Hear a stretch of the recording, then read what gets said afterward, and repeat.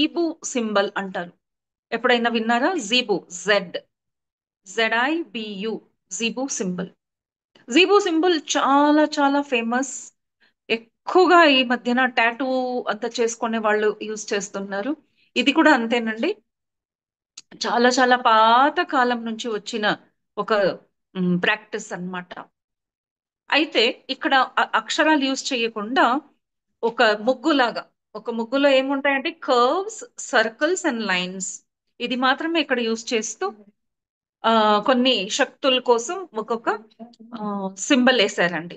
So abundance, gratitude, creativity, health, love, blessings, అలా చాలా ఉన్నాయి. సో సమ్ 500+ ఉన్నాయండి. సో అన్ని మనం ఇక్కడ మాట్లాడుకోలేము కదా.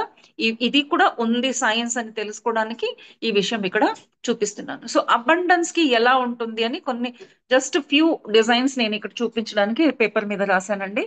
సో అబండన్స్ ఇది అన్నమాట. This is how abundance jeep symbol looks like. Abundance, gratitude, health,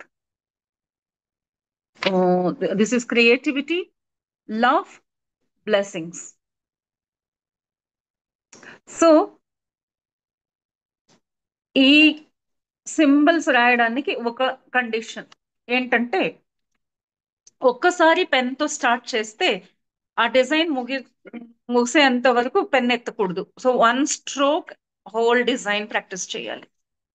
so ఇది ప్రాక్టీస్ చేయాలి అంటే ఏం చేయాలమ్మా అంటే, ఇందులో ఉండే ఒక సింబల్, సపోజింగ్ నాకు అబండన్స్ కావాలనుకోండి, నేను అప్పుడు అబండన్స్ సింబల్ ని ఒక పేపర్ మీద రాసి దానిపైన గీస్తూ ఉంటానన్నమాట. చిన్న పిల్లలు వీళ్ళు నేర్చుకునేటప్పుడు చాక్ పీస్ తో దానిపైన రిపీటెడ్లీ ప్రాక్టీస్ చేస్తారు కదా, మనం కూడా అలా అనుకుంటూ అబండన్స్ అబండన్స్ అనుకుంటూ అబండన్స్ సింబల్ ని ప్రాక్టీస్ చేస్తూ ఉండాలి.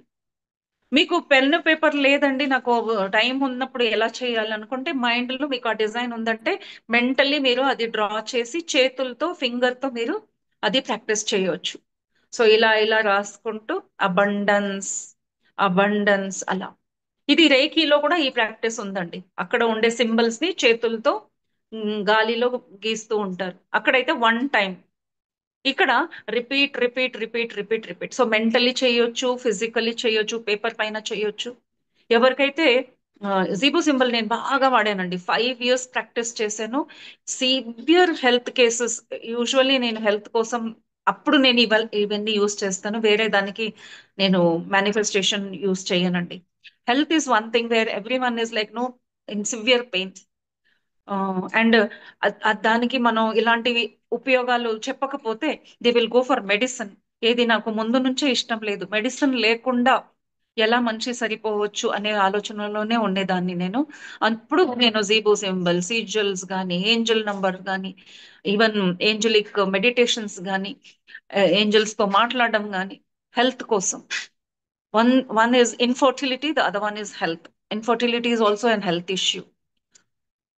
సో ఇలా హెల్త్ కోసం చేసినప్పుడు bed ridden patients, paralysis patients, heart attack అయిన వాళ్ళు, అండ్ డయాలిసిస్ పేషెంట్స్, హర్నియా, వాళ్ళందరూ ప్రయోగం చేశారండి. చాలా చాలా బాగా ఎఫెక్టివ్ గా, అంటే తెలిసిన వెంటనే స్టార్ట్ చేస్తే ఈవెన్ హాస్పిటలైజ్ అయిన వాళ్ళు కూడా నేను వెళ్ళి హాస్పిటల్లో చూపించి వచ్చానండి. Yes, for cancer also. Yes, health is here. ఆ పేరే చూడండి, హెల్త్ కి acceptance of optimal health. Optimal అంటే highest health, bestest health possible.